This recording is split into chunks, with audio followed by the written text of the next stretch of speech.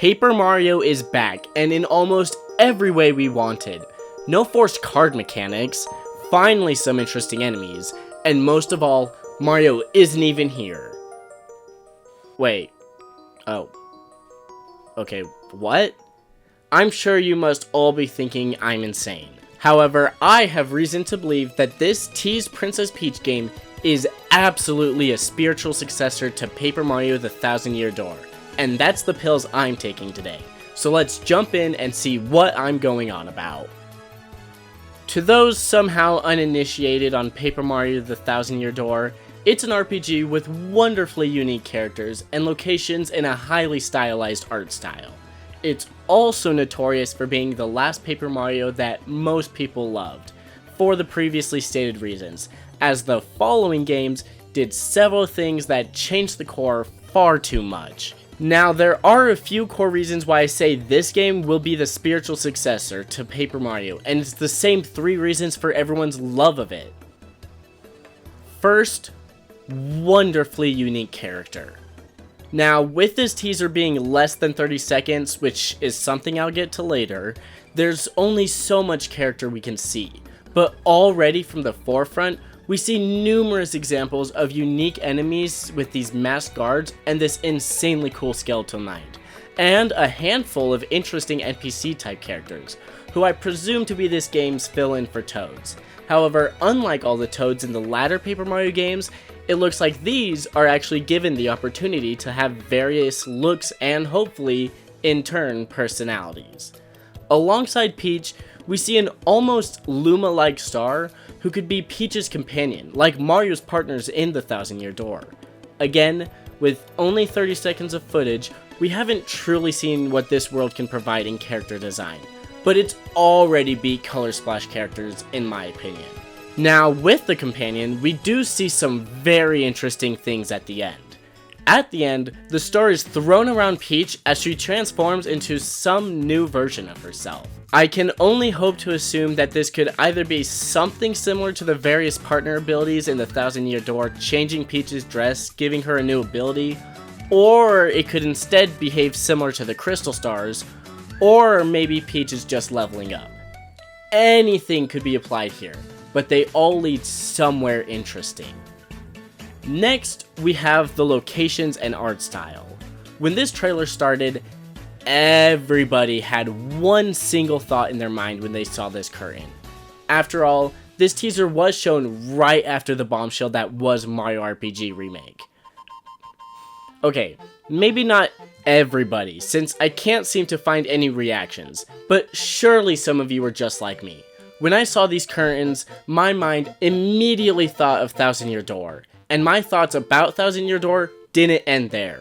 If you've played Paper Mario, you can see it everywhere in the way this is built. It perfectly matches the beautiful diorama style used in the Thousand Year Door, and that's the thing with Paper Mario. It really wasn't ever a paper game. Outside of the characters and a few gameplay mechanics, Paper Mario was always more of a diorama art project, and that style returns full force in the untitled Princess Peach game, especially with its clever use of foreground, middle ground, and background elements. And wait a minute, isn't that just the same as Hooktail Castle back there? There's another thing that helps set the Thousand Year Door apart from all other Mario RPGs, like Mario Luigi and the other Paper Marios, and that's its theatrical settings. When you battle, you're in a theater and you work to get more audience members, and those audience members even take part in the fight. Each section of the story is separated by chapters, akin to acts in a play, but also the entirety of the story is a book. It takes stage elements with the curtains and various platforms and combines it with books. Here with Princess Peach, right away we see, as I mentioned earlier, a curtain followed by obvious theater symbols, like Peach's platforms throughout and the blossom tree on a traveler. Everything about this falls in line with how Paper Mario: The Thousand Year Door stylized its game. Now, at this point, I'm sure all of you gremlins in the comments have already mentioned how, from what we've seen, the battle elements are nothing like Thousand Year Door, and there's hardly anything that resembles RPG elements. And you're right, and neither do the rest of the Paper Mario games since Thousand Year Door, so at least it follows in line. And even here, it still kept the same stylization. so +1 for Peach. But now here's a big problem, we haven't seen anything yet. Of course, the game's still a year out, so we shouldn't be worried. But the game's a year out. I'm ecstatic that we got to hear about this game, but there could have been more for them to show, or they could have at least waited a little longer. Is this an RPG? It's not a platformer. Maybe it's an action game? Where are we? Is Bowser here? Did we finally bake Mario that cake? Or is he getting a different type of cake, if you know? You can't answer all of this in a teaser. You shouldn't answer all of this. But maybe give a little more than just a few walking shots. No matter what, it's at least best that it's only a year out, rather than waiting 4 years like we dealt with from Tears of the Kingdom's first trailer.